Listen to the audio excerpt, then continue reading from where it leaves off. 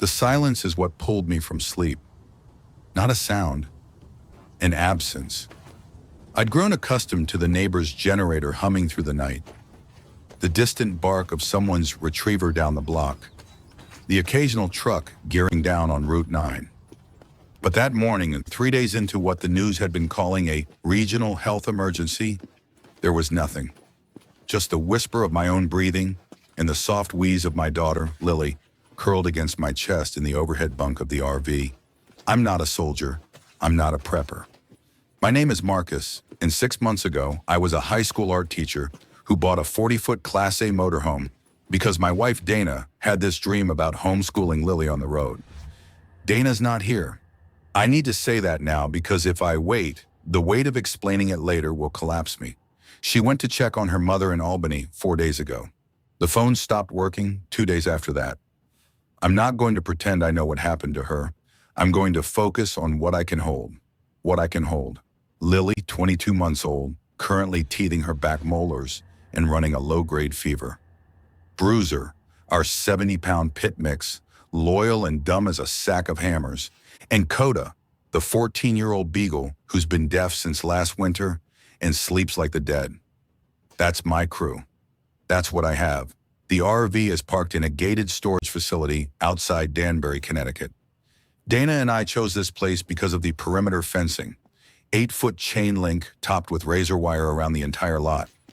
There's a keypad gate, a concrete block office building at the entrance, and about 40 other RVs and boats stored in rows. I pulled in here 3 nights ago when the highway became impassable. Cars were just stopped, doors open, some of them still running. I didn't look too closely at what was on the pavement between them. I shifted Lily gently onto the mattress and slid down from the bunk. Bruiser's tail thumped once against the dinette bench. He was watching the door, which meant something was outside, or had been recently. Dogs don't lie about attention. They economize it. Through the side window, the one I'd taped a black trash bag over and then peeled back one corner for a viewing slit, I could see the gravel lane between storage rows. Empty. A boat trailer with a tarp flapping in something that wasn't quite wind. Beyond the fence line, the tree line of a residential street. No movement. But there was a smell. Faint underneath the RV's closed system staleness. Something like copper left in the rain, mixed with sweetness that didn't belong to anything alive. I checked Lily's forehead, warm but not alarming. She muttered something, "Nana," and turned over.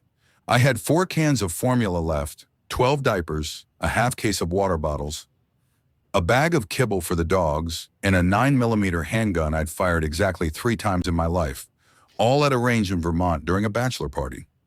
I want to be honest in this account because I think honesty is the only thing that might survive what's happening. The truth is that when I heard the first reports on the car radio, the biting, the fever, the impossible resurrection of bodies that should have stayed down, I didn't believe it. I processed it the way I process student excuses for late work. Skepticism as default. Even when we saw the first one shambling along the shoulder of I-84, Dana gripping my arm hard enough to bruise, even then some part of me expected a rational explanation to arrive like cavalry. It didn't. The morning I'm describing, the silent morning, was April 14th. I know because I've been marking days on the inside of the bathroom cabinet with a Sharpie. It was the last morning I could call quiet. By that afternoon, everything about our situation would change, and the decisions I made in the hours between would determine whether my daughter lived or died. I pulled the Sharpie from the cup holder by the driver's seat, drew a line, day 4. Then Bruiser growled, low, the kind that starts in the chest before it reaches the throat. I dropped to my knees beside the dog and placed my hand on his back. The vibration ran through my palm like a current. His eyes were fixed on the main entry door, the one with the hydraulic lock I'd engaged from inside. I'd also wedged a 2x4 from the storage bay against the steps as a secondary brace. It wasn't elegant. It was something. The scratching started soft, fingernails on aluminum. Not knocking. Knocking implies intention, rhythm, the social contract of communication. This was exploratory, the way a raccoon tests a trash can lid. But raccoons don't moan. It was a thin sound, like air escaping a punctured tire, and it came from a place lower than a standing person's mouth would be. Something crouching, something on its knees at the base of my door. Coda, the deaf beagle, remained asleep on his orthopedic bed by the bathroom. Small mercies. Bruiser's growl intensified, and I clamped my hand gently around his muzzle. Not to silence him. I couldn't truly stop a 70-pound dog from vocalizing, but to communicate. Easy. I need you easy right now.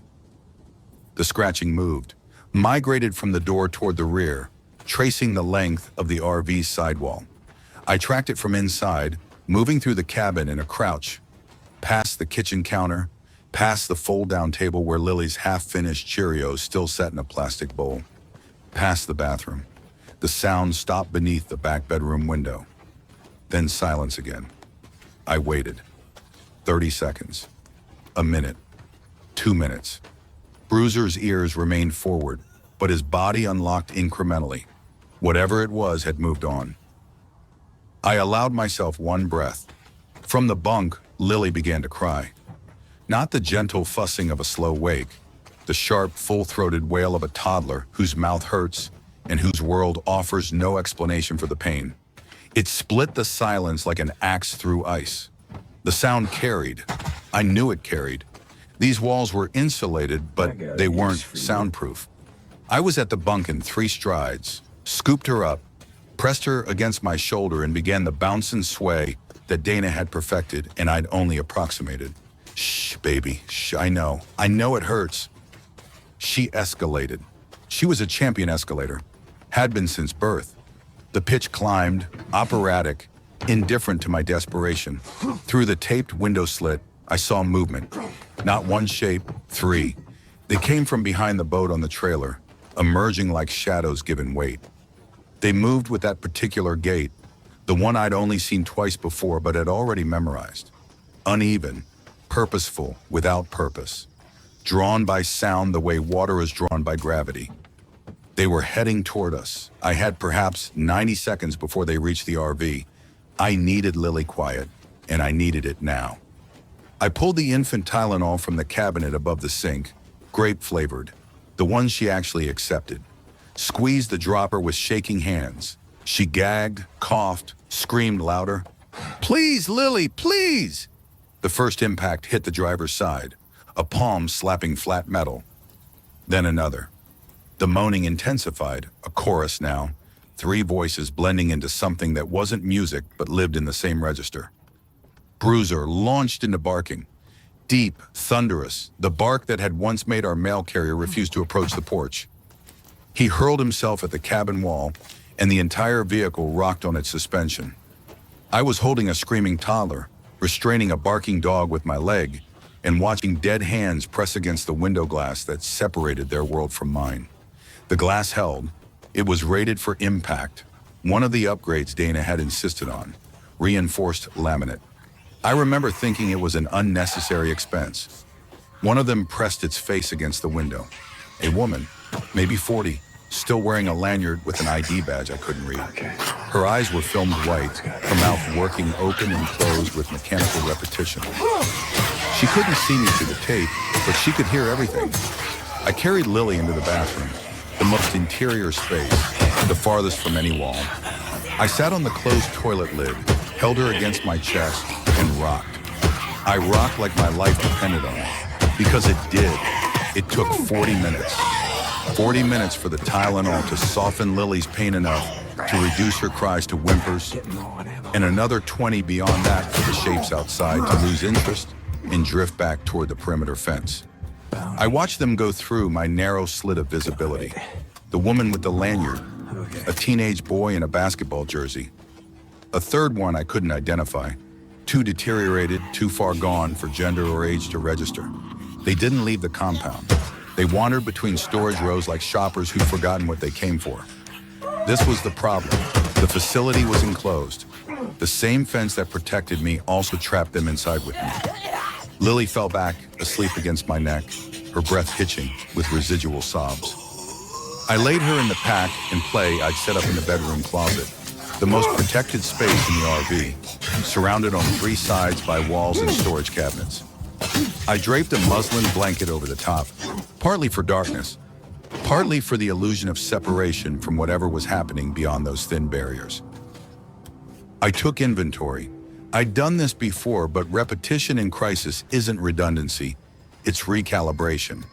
4 cans of formula.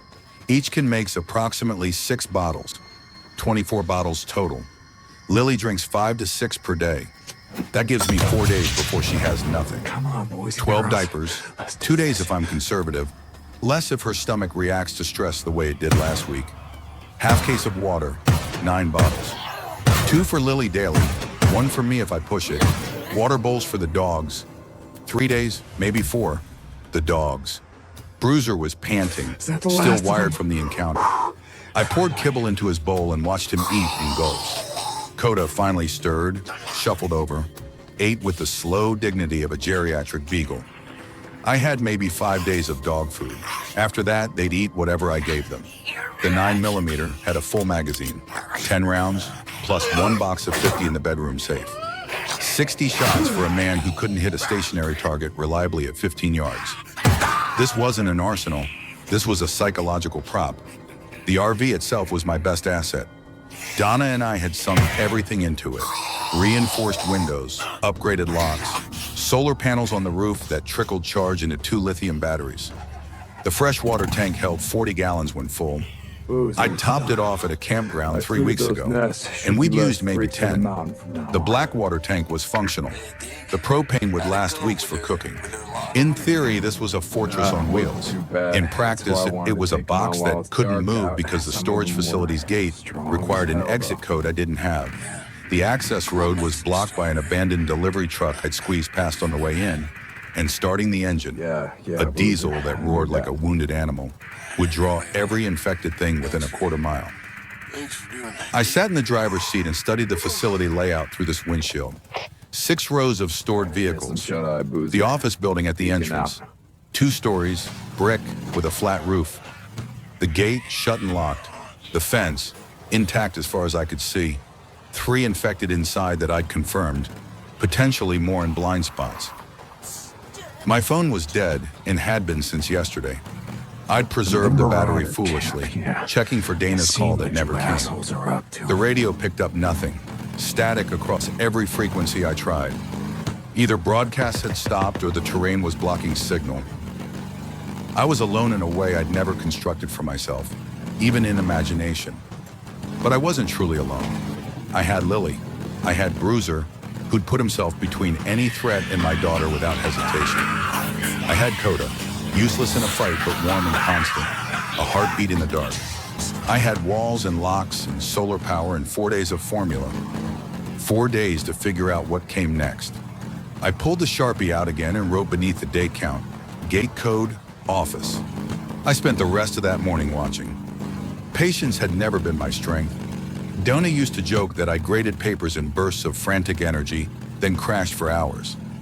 But fatherhood had taught me something about sustained attention.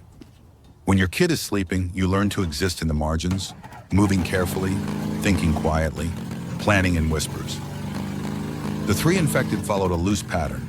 They weren't random.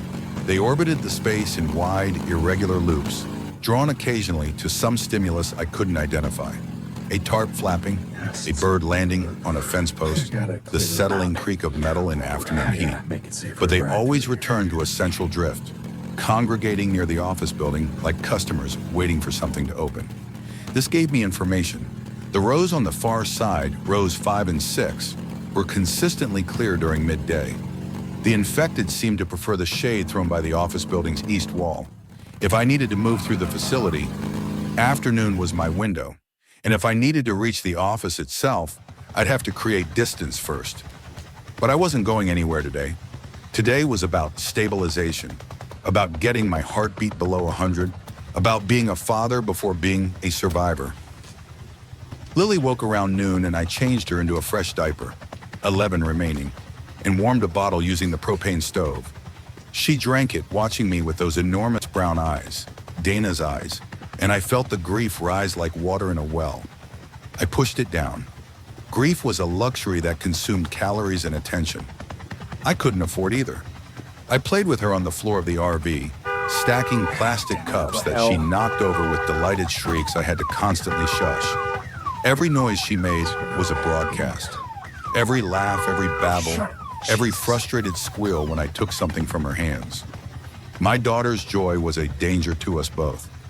The cruelty of that thought settled into my chest and stayed there. Bruiser positioned himself by the door again.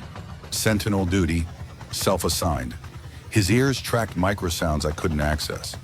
Occasionally he'd lift his head, stare at a wall, then settle. All clear. I began to trust his assessment more than my own eyes. Around 2 in the afternoon, I heard something that wasn't moaning, wasn't scratching. It was rhythmic, metallic, coming from the direction of the fence line on the north side of the facility. Tap, tap, tap, tap, tap, tap, tap, tap, tap, tap. A pattern, repeated, intentional. Someone alive was signaling from outside the fence. I couldn't see the north fence from any window in the RV. My parking spot, row 3, facing south, put the office building in rows 1 and 2 between me and whatever was making that sound. To investigate, I'd need to climb onto the roof using the rear ladder and hope the infected didn't notice. Or I could ignore it. Stay sealed. Let whoever was out there figure their own way forward. The tapping continued. Tap, tap, tap, tap, tap. I looked at Lily building a tower of cups on the kitchen floor. Looked at the door. Looked at the ceiling, beyond which the roof ladder waited. The tapping stopped. Then faint but unmistakable, a voice. A woman's voice. Strained and trembling. Please, I can see the RV. I know someone's inside. I have a child with me. Please. I closed my eyes. 4 days of formula, 12 diapers, 9 bottles of water. Enough for 1 toddler. Maybe. Not enough for 2.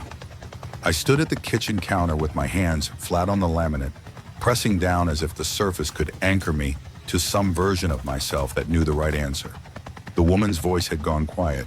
10 seconds, 20.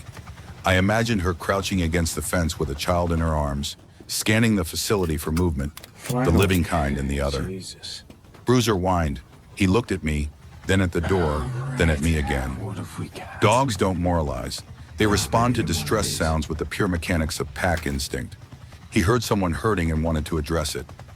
I can't, I whispered, but the sentence dissolved before it finished forming. I couldn't nod either. Because if my positions were reversed, if I was the one outside the fence holding Lily, begging someone sealed behind metal to acknowledge our existence, I would damn them for their silence. I would remember their refusal with my last coherent breath. I climbed the rear ladder. The roof was flat and warm from accumulated sunlight. Solar panels ran in 2 rows, leaving a narrow walkway between them. I crawled on my stomach to the north edge and peered over. She was pressed against the chain link about 40 yards away. Mid-30s, dark hair pulled back, wearing a fleece jacket too warm for April, which meant she'd grabbed it without thinking, which meant she'd left somewhere fast. Beside her, clutching her leg, was a boy, maybe 4 years old. He was silent in that particular way children go silent when they've already cried past their capacity. Beyond them, the residential street was visible through the trees. I could see houses. 2 of them had doors hanging open. A car was overturned in a driveway, its undercarriage exposed like an autopsy. Nothing moved on the street, but that didn't mean nothing was there. She saw me. Her face changed, relief collapsing into desperation. The gate, she called, keeping her voice low but urgent. Is there a way to open the gate from inside? I held up my hand. Wait, then pointed toward the front of the facility where the office building sat. She nodded. Understood. I scanned the compound from my elevated position. The 3 infected were clustered in the shadow of the office's east wall, exactly where I'd observed them earlier. Between me and the office lay 2 full rows of stored vehicles, a maze of RVs, boat trailers, and covered cars. Between the office and the gate, about 30 feet of open gravel. If I could reach the office without drawing them, I might find the gate code inside. Might. The word carried no comfort. I climbed down. Lily was still playing, oblivious. I knelt before Bruiser and held his face in my hands. Stay, I said. Guard. He understood stay. He understood guard. Whether he understood the magnitude of what I was asking was irrelevant. He would do what his nature compelled regardless. I tucked the 9mm into my waistband, put my keys in my pocket silently, no jingling. Pulled on soft-soled shoes, moved to the door. Unsealing it was the hardest thing I'd done. The hydraulic lock released with a hiss that sounded volcanic in the silence. The 2x4 clattered as I moved it aside. I eased the door open 6 inches and smelled the outside. That copper-sweet rot, stronger now, mixed with pine and gravel dust. I looked back at Lily once. She was placing a cup on top of another cup with surgical focus. I stepped out. The gravel crunched under my shoes no matter how carefully I placed them. Each step was a firecracker. I moved to the grass margin between rows, where my footfalls went silent, and began threading between vehicles toward the office building. Row 3 to row 2, row 2 to row 1. The infected were on the other side of the building. If they stayed there, I'd reach the front door without visual contact. If the office door was metal with a small wired glass window. I peered through. A reception desk, filing cabinets, a wall-mounted board with hooks, keys, maybe codes. The door was locked. I tried the handle twice more, stupidly, as if repetition would change metallurgy. Then I noticed the window on the side of the building, ground floor, slightly ajar. An interior office, the gap was maybe 14 inches, enough for me barely. I circled to the side window, staying tight against the brick. As I rounded the corner, I could see them. The 3 infected, 30 feet away, standing in a loose cluster against the east wall. The woman with the lanyard was swaying in a slow metronome. The basketball jersey teen was motionless, head tilted at an angle that suggested his neck was broken. The third was sitting on the ground, legs splayed, jaw working rhythmically at nothing. They weren't looking at me. They weren't looking at anything. I worked the window open wider. The hinges screamed, a brief, sharp note that cut through the silence like glass breaking. The sitting one turned his head. I froze, my hands on the window frame, body half turned toward the opening, every muscle locked in that electric stillness of prey. The infected stared in my direction with those white film eyes. I could see its chest moving, not breathing exactly, but some residual mechanical motion. A parody of life's processes. It didn't stand. After 5 seconds that lasted a century, its head turned back to whatever void had previously held its attention. I slid through the window and dropped into a carpeted office. Desk, computer, dead. Family photos on the wall. A man with 2 daughters at a beach. Normalcy preserved in glass frames while the world that produced it rotted outside. The door to the main reception area was open. I moved through. The keyboard on the wall held rows of hooks with numbered tags, unit keys for the storage spaces. Beneath it, taped to the wall at eye level, a laminated card.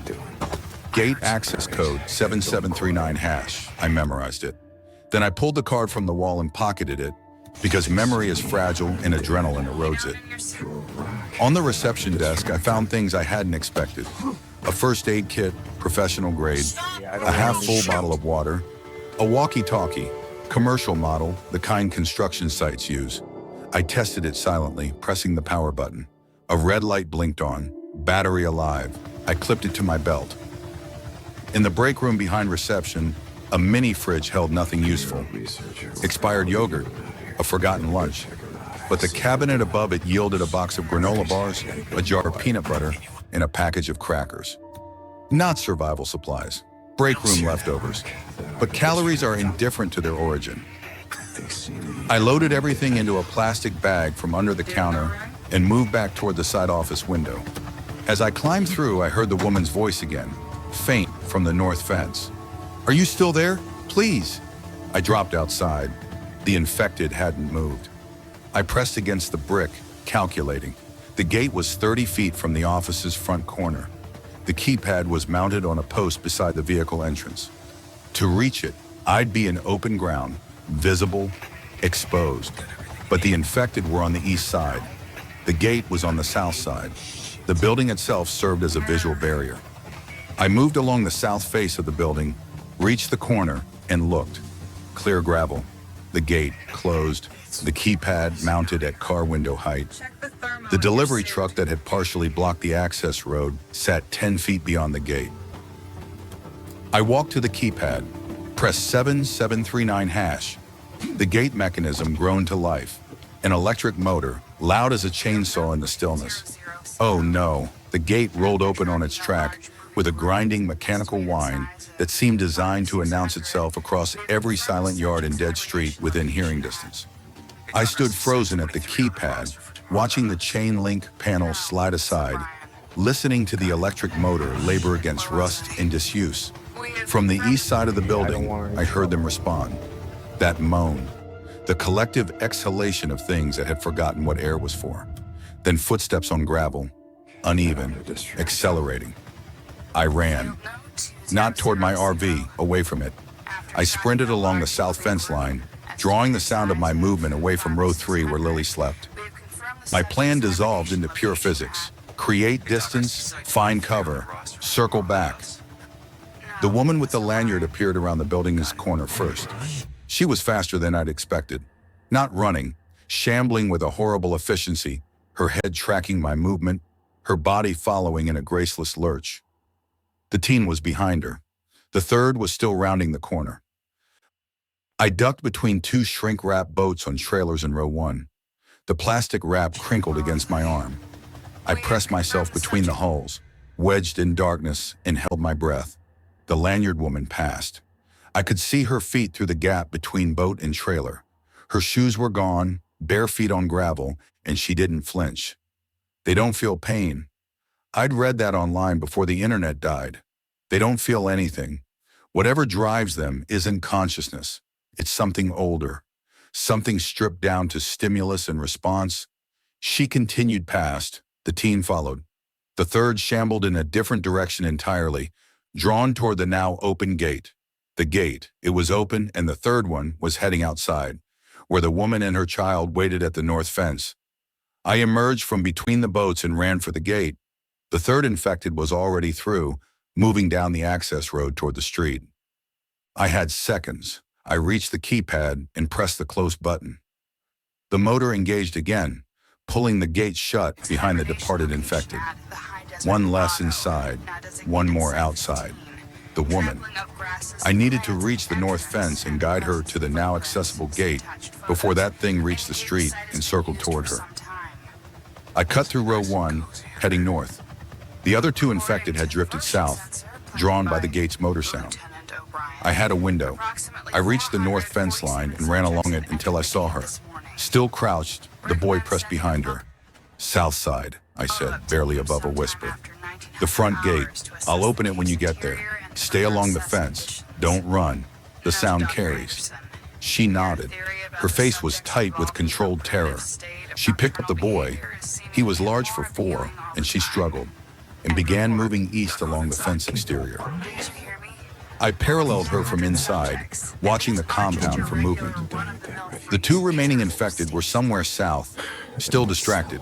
The one I'd let through the gate was moving down the access road, away from us both. We reached the southeast corner. The gate was 20 yards ahead on the south face. I sprinted to the keypad, entered the code, and this time held the close button the moment the gap was wide enough for a person. She squeezed through with the boy, and the gate sealed behind her with a clang. She stood on the gravel inside the compound, breathing in ragged gasps, the boy clinging to her neck.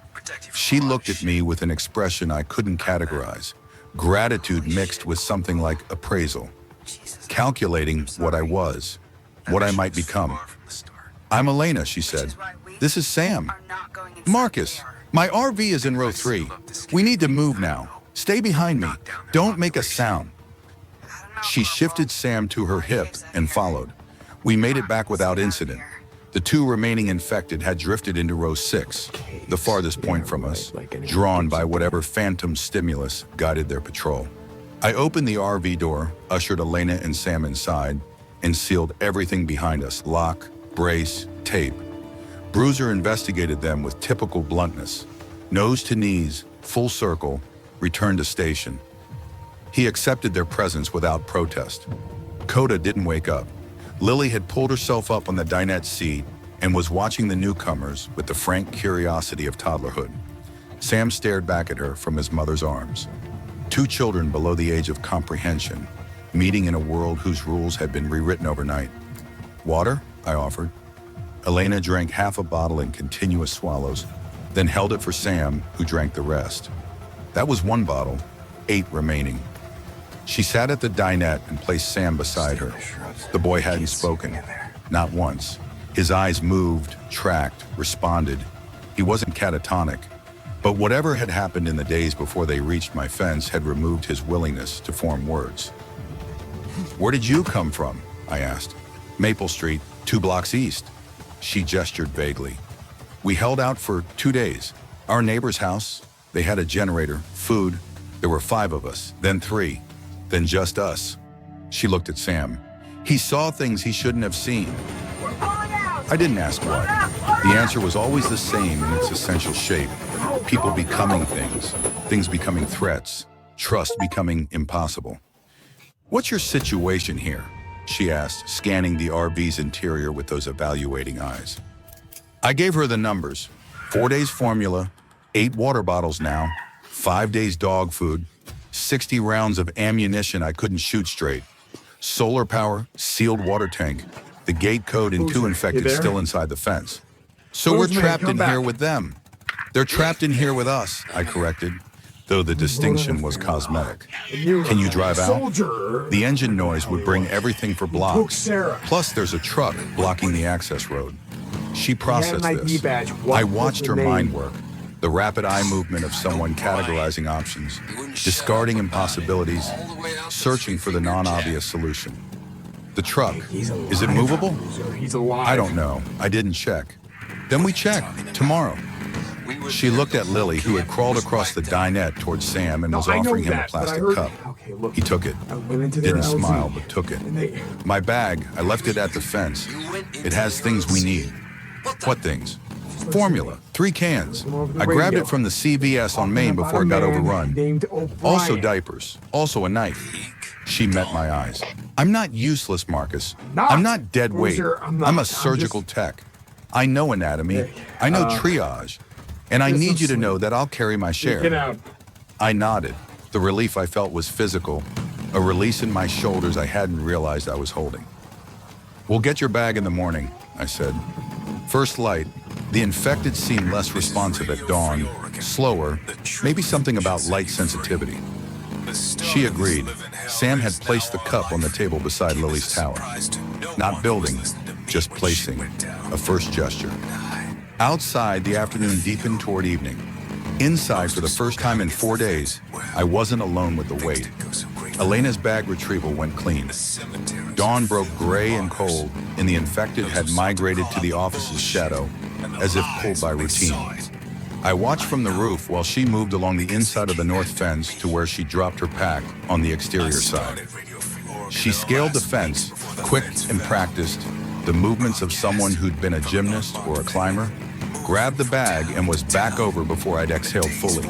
3 cans of formula, 18 diapers, a medical-grade trauma kit, a folding knife with a 5-inch blade, a children's picture book, and a stuffed rabbit that Sam grabbed with both hands and pressed to his face when she unzipped the bag. Our timeline extended. 8 days of formula now, 30 diapers, enough water if we rationed hard, half bottles, recycled cooking water, morning dew collected on tarps. Survivable. Not comfortable, but survivable. But survival without motion is just waiting. And waiting in a box with 2 toddlers and 2 dogs requires a specific kind of endurance that no preparation covers. The first 2 days with Elena were about establishing rhythm. She took night watch while I slept with Lily. I took Dawn while she curled around Sam in the overhead bunk.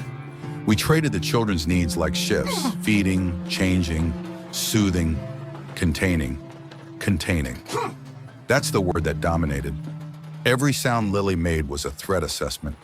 Every time Sam dropped the plastic cup or Bruiser's claws clicked too loudly on the vinyl floor, we both flinched toward the windows.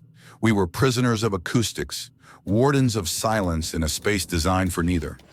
On the second morning of our partnership, Sam spoke. 1 word. He said dog while watching Bruiser eat. Elena's face broke open.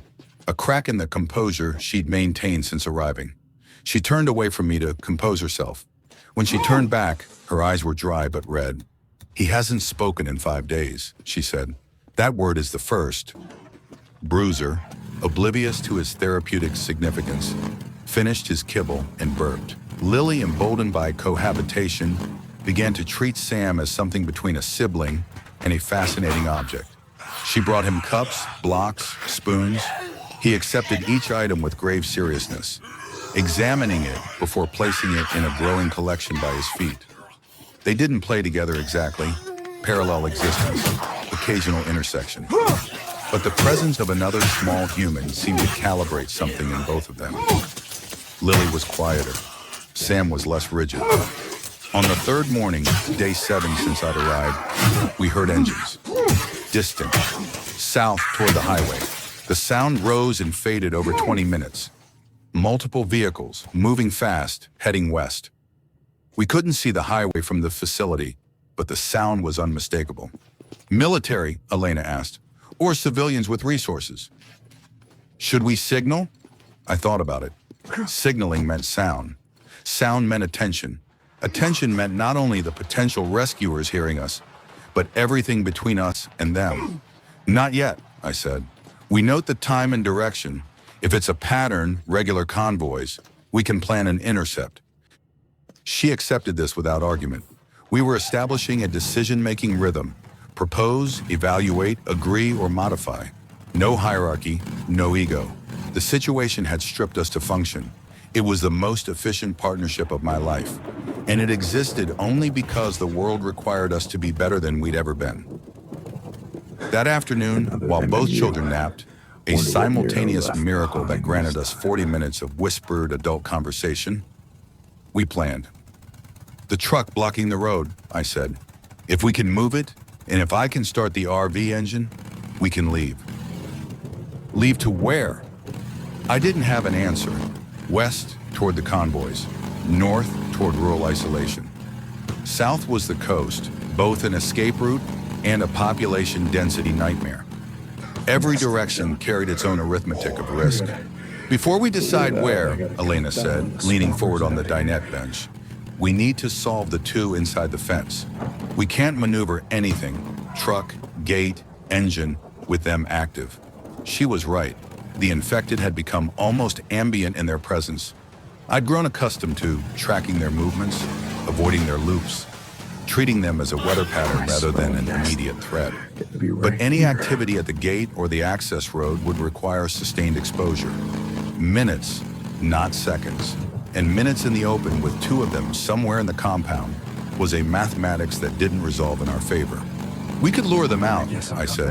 "Open the gate, create a sound source outside, let them wander through. And what's outside now?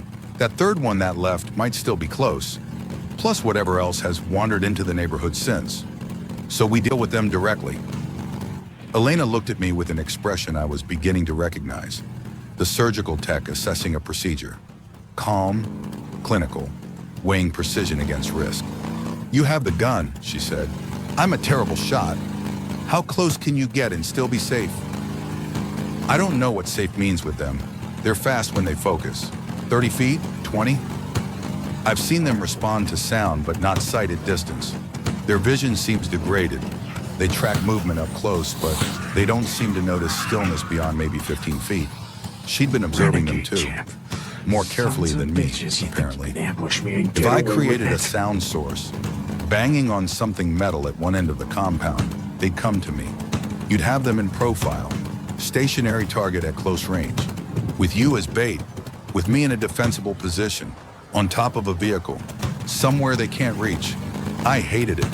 I hated the risk to her, hated the gunfire sound that would follow, hated the cascade of unknowns each shot would initiate. But I also hated the idea of my daughter trapped in this box while I waited for circumstance to choose for us. "Tomorrow," I said. "We plan it tonight. Execute at dawn." We spent the evening after the children slept sketching the compound layout on the back of a receipt from my wallet. Elena's spatial memory was photographic. She placed every vehicle, every trailer, every gap in sightline with confidence. We identified positions. She would climb the boat in row 1, the one with the high hull I'd hidden between, and bang the trailer hitch with a wrench. The infected would come. I'd position myself behind the RV in row 2, giving me a clear, lateral shot at whatever approached her noise. 10 rounds in the magazine, 2 targets, 5 shots each if I needed them. The math was embarrassing. I'll practice tonight, I said. Dry fire, sight picture, get the muscle memory back. Have you ever shot something alive? No, she nodded. No judgment, just data. That night after Elena took her watch position by the front window, I sat in the bathroom with the unloaded pistol and practiced. Draw, aim, squeeze, reset. The mechanical repetition soothed something in me, the illusion of competence assembled through iteration. I did it 200 times before my hands stopped trembling. In the bunk, Lily murmured in her sleep, "Mama." I set the pistol down, put my head against the wall. Not yet, baby. I haven't earned the right to fall apart yet. Dawn came gray, wet, a light rain that softened every sound and turned the gravel to muted crunch. Rain was an ally. Ambient noise that masked footfalls, a visual haze that reduced the infected's already degraded perception. Elena looked at the sky and nodded. Now's better than clear weather. Let's go. I checked on the children, both sleeping. I positioned Coda's bed beside the pack and play, useless as a guardian, but a living presence, a heartbeat near them. Bruiser came with us. I debated leaving him inside, but his sensory awareness was too valuable. He'd alert us to anything we missed. I clipped his leash to the dinette leg instead. He whined. I couldn't risk him charging an infected and getting bitten. I didn't know if dogs could turn, and I wasn't going to find out with my daughter's protector.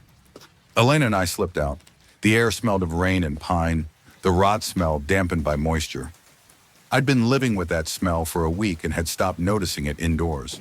Outside, it returned with fresh insistence. We moved according to plan. Elena went north between rows, circling toward row 1. I went south, positioning behind a covered car in row 2. From here, I had sightlines down the central lane between rows 1 and 2. Anything moving toward Elena's position would cross my field of view at approximately 20 feet. I drew the pistol, racked the slide as quietly as I could. The mechanical click was lost in the rain. I braced my shooting hand against the car's tailgate.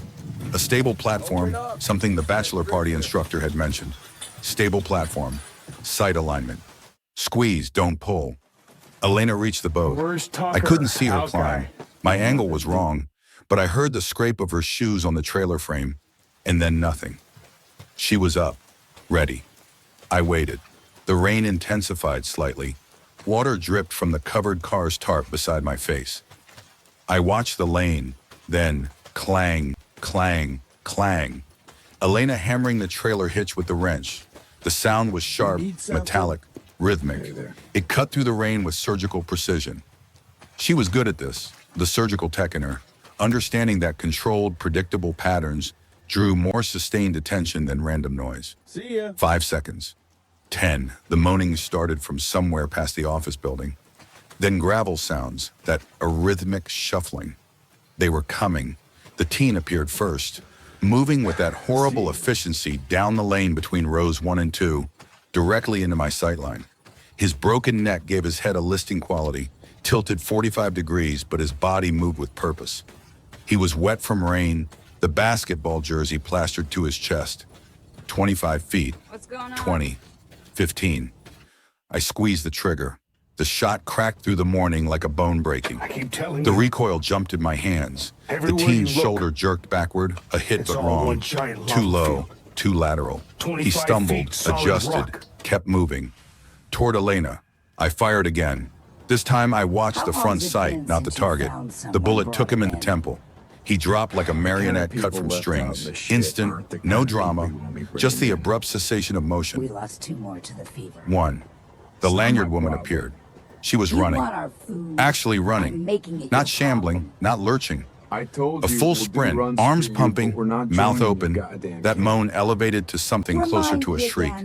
She was faster than anything I'd prepared for. I fired 3 times, missed, hit her center mass, which did nothing.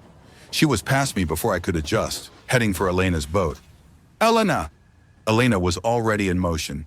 She'd seen the woman coming and hadn't waited. She launched herself from the boat's hull to the adjacent trailer. It covered pontoon, lower but broader, and rolled across its canvas top. The lanyard woman crashed into the boat's hull below where Elena had been, clawing at the fiberglass with that mechanical repetition. I advanced, walking now, not running. Stable platform gone. I had only my hands and my training, which amounted to 200 dry fire reps and 3 live rounds at a Vermont target range. 15 feet. The woman's back was to me. She was focused entirely on the sound of Elena scrambling above her. I placed the front sight on the back of her head. Breathed out. Squeezed. The shot took her at the skull base. She folded forward against the hull and slid down. Silence returned, broken only by rain and my own breathing, which came in ragged surges I couldn't control. Clear, Elena called from the pontoon. Clear! She dropped down.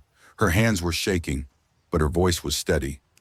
We stood over the 2 bodies in the rain, and I noticed neither of us looked away. That felt important, the refusal to flinch from consequence. These had been people. They weren't anymore. The grief for what they'd lost wasn't mine to carry right now, but I acknowledged it in passing. The woman's lanyard I could now read. Patricia Nevins, Greenfield Dental Associates. Patricia. She'd had a name and a job and coworkers who probably missed her. 5 rounds left in the magazine, I said, plus the box inside. Elena wiped rain from her face. Let's check for others. Every row. Then we addressed the truck. We swept the compound systematically. Every gap between vehicles. Every shadow beneath a trailer. Nothing. The 2 had been the last inside the fence. The facility was clear. Back at the RV, I unclipped Bruiser, who greeted us with frantic relief licking. The children were still sleeping. The gunshots, muffled by rain and distance, hadn't reached them at sufficient volume to wake. Small mercy piled on small mercy, the currency of survival in this new economy. Elena cleaned and rebandaged a scrape on her forearm from the trailer scramble. I reloaded the magazine with hands that still tremored. We sat across from each other at the dinette, rain streaking the windows, and said nothing for several minutes. The silence wasn't empty. It was full of the knowledge that we'd crossed a line, both of us, together. We were now people who had killed. That we'd killed things already dead by any coherent definition didn't dilute the physical reality of pulling a trigger and watching a body fall. The truck, Elena said finally, this afternoon. After the kids eat. After the kids eat. Lily woke then, fussing, reaching upward. I lifted her and held her against my chest. Her weight was the most real thing in the world. Hell aren't you in your warm, dense, alive, kneading me in ways that were uncomplicated by philosophy. She was hungry. I would feed her. That simplicity was an anchor in the storm of everything else. The delivery truck was a 16-foot box truck from a linen supply company. It sat diagonally across the access road, its cab nosed into a ditch, rear wheels still on pavement. The driver's door was open. There was blood on the steering column, but no body. The keys were in the ignition. Elena and I studied it from just inside the gate while the children waited in the RV with Bruiser on guard. The compound was clear. We confirmed that this morning. But outside the fence was another jurisdiction entirely. The street beyond the access road appeared empty. The residential neighborhood extended in both directions. Single-family homes with attached garages, young trees, basketball hoops and driveways. Suburban Connecticut, frozen in the posture of an interrupted Tuesday. Some doors open, some windows broken. A bicycle overturned on a sidewalk. The infection hadn't destroyed this place so much as vacated it. If the engine turns over, I can back it out of the ditch, Elena said. She'd driven trucks before. Her father owned a moving company. 10-point turn on this road, pull it aside, clear the path. And if the engine noise draws them, you cover me from the gate. Anything comes, I abandon the truck and run back inside. I looked at the ditch. The cab's angle was steep. The right front wheel was fully off the ground. Even if the engine ran, she'd need to reverse uphill from a dead stop with limited traction. If the wheel spun, if the truck stalled, she'd be exposed and committed. Let me try first, I said. I won't leave Lily fatherless because of pride, but I also won't watch someone else risk what I can risk myself. Can you drive a manual truck? I couldn't. Dana drove manual. I'd never learned. Fine, I said. It's yours. But we do this with the gate ready to close instantly. I stay at the keypad. Anything goes wrong, you run. No hesitation. She agreed. We retrieved things from the RV, the walkie-talkie from the office, which we tested with a second unit I hadn't noticed in the break room. Elena had found it during her own reconnaissance yesterday. She clipped one to her jacket. I held the other. At the gate, I punched the code. The motor whined. Elena slipped through the moment the gap allowed, and I closed it behind her. She was outside. I was inside. The fence between us. She moved to the truck quickly, climbed into the cab. I heard the ignition grind, once, twice. On the third attempt, the diesel engine coughed alive with a roar that split the neighborhood's silence like a thunderclap. Birds erupted from trees. Something crashed. A trash can knocked over by unknown force. 2 streets away. Through the walkie. It's running! I'm reversing! The truck lurched. Wheels spun in the ditch mud, throwing brown arcs. Then caught. The cab lifted as the front wheel found purchase. Elena was wrestling the steering wheel, fighting the angle, her face visible through the windshield in a mask of concentration. The truck rolled backward onto the road. She cranked the wheel, pulled forward, cranked again. Each movement was accompanied by engine noise that broadcast our position like a distress flare. Marcus, her voice through the walkie, tense. North end of the street, 3 of them. Moving this way. I pressed my face to the fence. Couldn't see the north end from my angle, but I trusted her vantage from the elevated cab. How fast? Walking, maybe 2 minutes. Finish the turn, you have time. She pulled forward, reversed, pulled forward. The truck was clear of the road now, pulled onto the shoulder. The access road was open. Done. Opening gate. I punched the code. The gate rolled open. Elena sprinted from the truck cab through the gap, and I closed it before the motor had finished cycling. The gate sealed with a clang that echoed down the street. Through the fence, I watched the 3 infected arrive at the truck. They circled it, drawn by the residual engine heat, the smell of diesel, something. They didn't look toward the gate, didn't notice the facility. They were fixated on the truck's cab, pressing against it, moaning into the empty driver's seat. We were clear. That evening, we sat in the RV with the road literally open before us and had the hardest conversation of our partnership. Where do we go? The convoys we'd heard were heading west. 2 more had passed during the day, confirmed by sound, distant but consistent.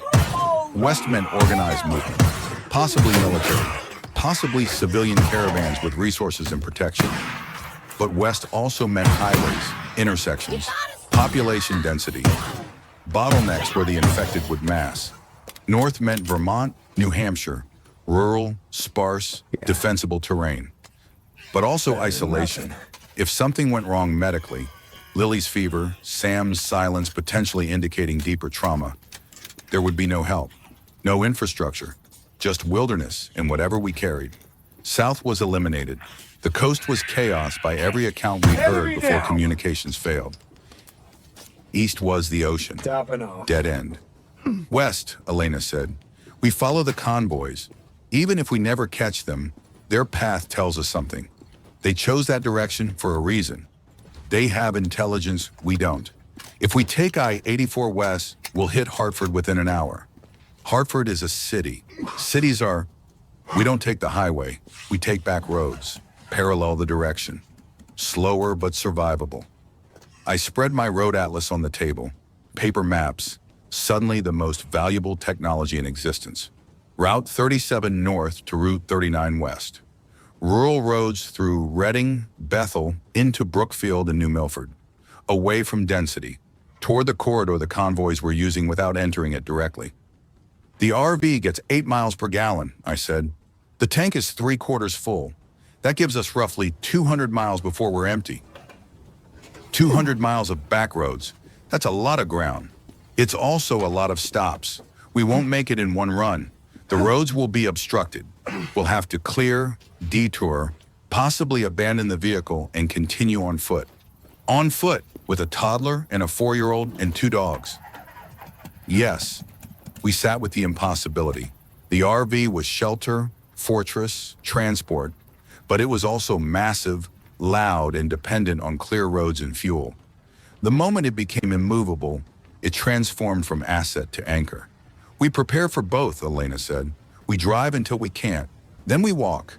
But we pack for walking from the start. Carriers for the kids, leashes for the dogs, bug-out bags ready at all times. I had a hiking backpack in the storage bay. Elena's bag was already configured for mobility.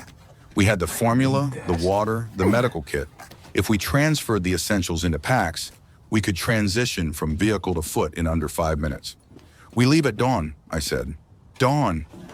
Lily was asleep in the pack-and-play, Bruiser curled beside it on the floor.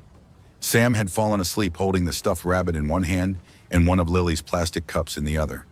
Something about that image, the shared object, the involuntary trust of sleep, made my throat close. These children didn't choose this, didn't understand it. Their survival depended entirely on 2 adults who'd been strangers a week ago, making perfect decisions under impossible pressure. The weight of that was infinite. The motivation of it was equally so. I loaded the pistol, placed it in the center console within reach of the driver's seat, checked the fuel gauge one final time, set my mental alarm for 5 a.m. Tomorrow we'd leave this compound that had saved us and enter a world that wanted us dead.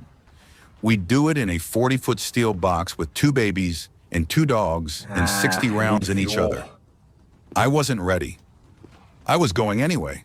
The diesel engine turned over on the first try. The sound was enormous, a mechanical beast waking from dormancy, vibrating through the entire chassis. Both children startled awake. Lily cried. Sam pressed his rabbit against his ears. Bruiser barked once, then settled into the passenger footwell with the resignation of a dog who'd ridden in vehicles before. Elena was in the bedroom, strapping the children into the converted sleeping space we'd rigged with bungee cords and cushions. Not safe by any standard that existed a month ago. Safe enough by the standards of today. I pulled forward. The RV lumbered down the access road, past the abandoned linen truck, where 2 infected still circled mindlessly, and turned onto Maple Street heading north. The residential neighborhood scrolled past my windows like a museum diorama, preserved but emptied. I didn't look at the houses, I watched the road. Route 37 was clear for the first 3 miles. Cars on shoulders, some in ditches. Good. But the lanes themselves were passable. I drove at 30, fast enough to maintain momentum, slow enough to stop for obstacles. The morning fog sat in the valleys like something breathing. Intersection ahead, Elena called from beside me. She'd moved to the passenger seat, the atlas open on her lap, navigating. Right onto Mill Plain Road, then it merges with 39. I slowed for the intersection. A 4-way stop, all signs still standing. A minivan was stopped in the middle. Doors open, child seat visible in the back. Empty. I didn't let my mind complete the narrative implied by that image. I steered around it. Route 39 West opened into farmland. Open fields, stone walls. The kind of rural Connecticut landscape that tourists photograph in autumn. Now it was April barren, gray-green, beautiful in its indifference to catastrophe. The land didn't care what had happened to its inhabitants. It continued its seasonal program without us. We made 12 miles before the first real obstruction. A tractor trailer jackknifed across both lanes. Its cargo, furniture, it looked like, spilled across the road in a debris field of couches and dressers. No way around on either side. Deep ditches flanked the road. I stopped the RV engine idling. The fuel gauge moved imperceptibly with each minute of idle. Every moment stopped was a moment wasted. I can see a gap, Elena said, studying the wreckage through binoculars she'd found in the office building. Left side. If we move that dresser and the couch, the RV might squeeze through. We'd be outside, exposed. It's open farmland. We'll see anything coming from a distance. I scanned the fields. Nothing. No movement on the road ahead or behind. The morning was still, wet, quiet. Go, I said. I'll cover from the door. She was out and moving before I'd finished the sentence. Surgical efficiency. She grabbed the couch's arm and dragged it sideways with a strength that surprised me. It scraped across asphalt. She shoved the dresser, which toppled into the ditch. The gap widened. I pulled the RV forward, threading between the trailer's rear wheels and the cleared space. Metal squealed against metal. The RV's side mirror clipping the trailer's bumper. Elena guided me with hand signals. Forward, left, straight. We were through. She climbed back in, breathing hard, and we continued west. The road ahead was clear. 40 miles in, we found other people. They were set up at a crossroads, a gas station with a small convenience store, surrounded by vehicles arranged in a deliberate perimeter. Not random parking, defensive formation, trucks nose out, creating walls, a hand-painted sign on a sheet of plywood. Checkpoint, armed, state your business. I slowed the RV to a crawl. 2 men emerged from behind the truck line. Both carried rifles, hunting models, scoped. They wore civilian clothes, but moved with the coordinated awareness of people who'd established roles. One approached, one covered. I lowered my window 3 inches. Passing through, I said.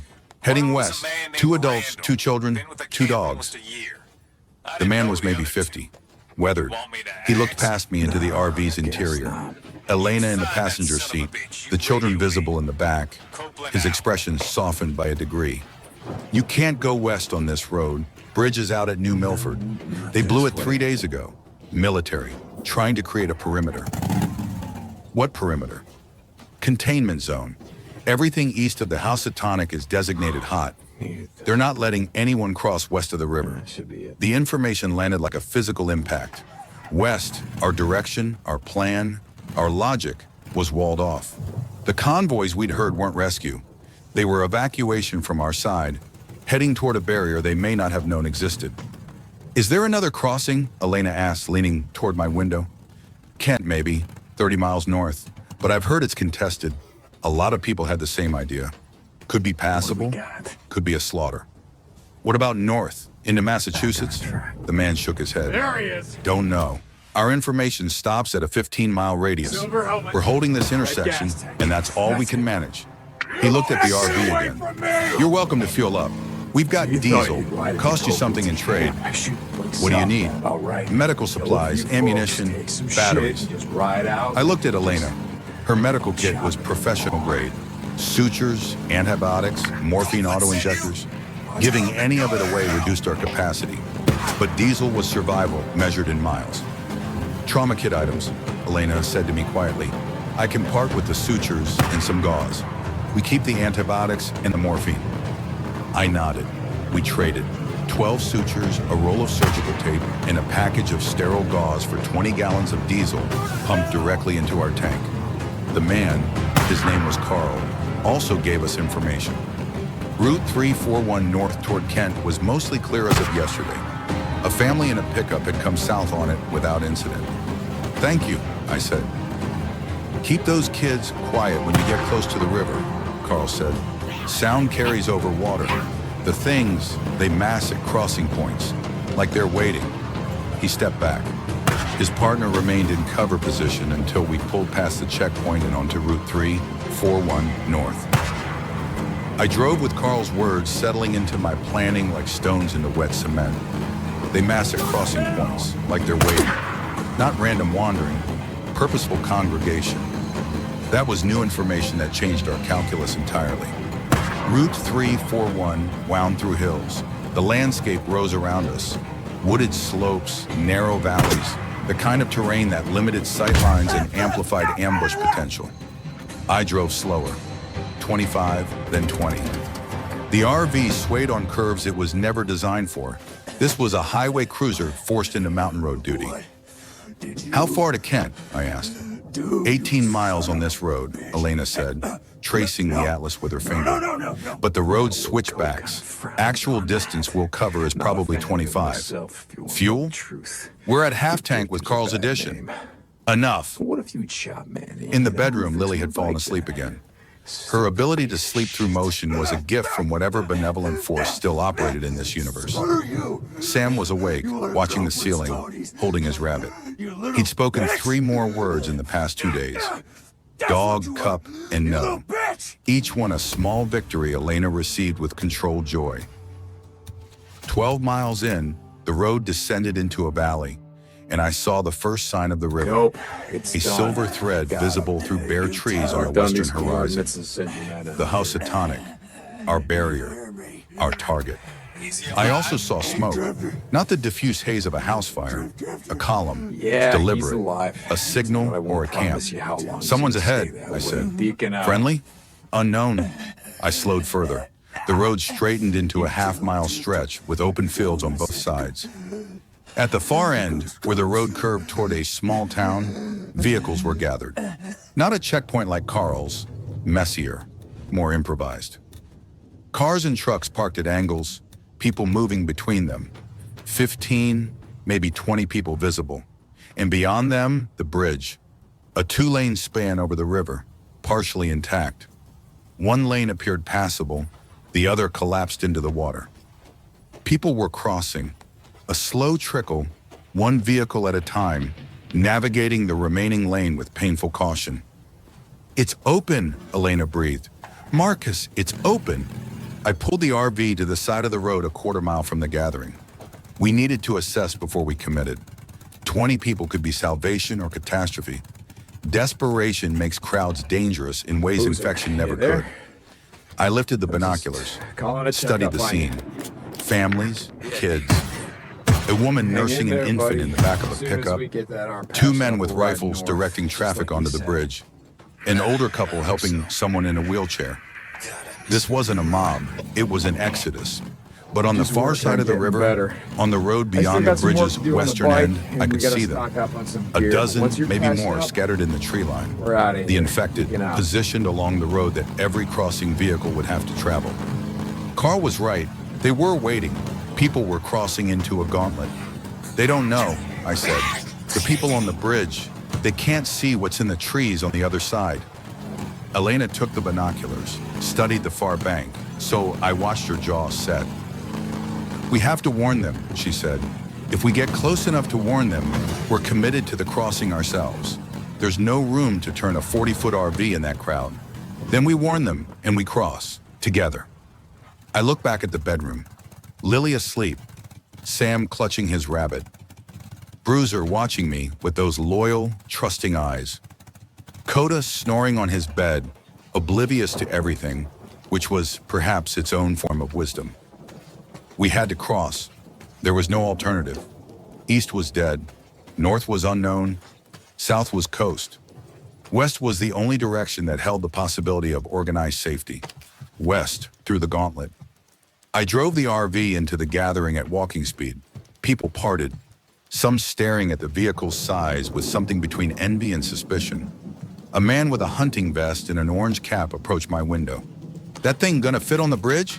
How wide is the passable lane?" "About 12 feet. The RV was 8.5 feet wide. Margin existed, barely. "Listen," I said. I had binoculars on the far side. There are infected in the tree line past the bridge, at least a dozen. People who've crossed. Do you have contact with them? His face changed.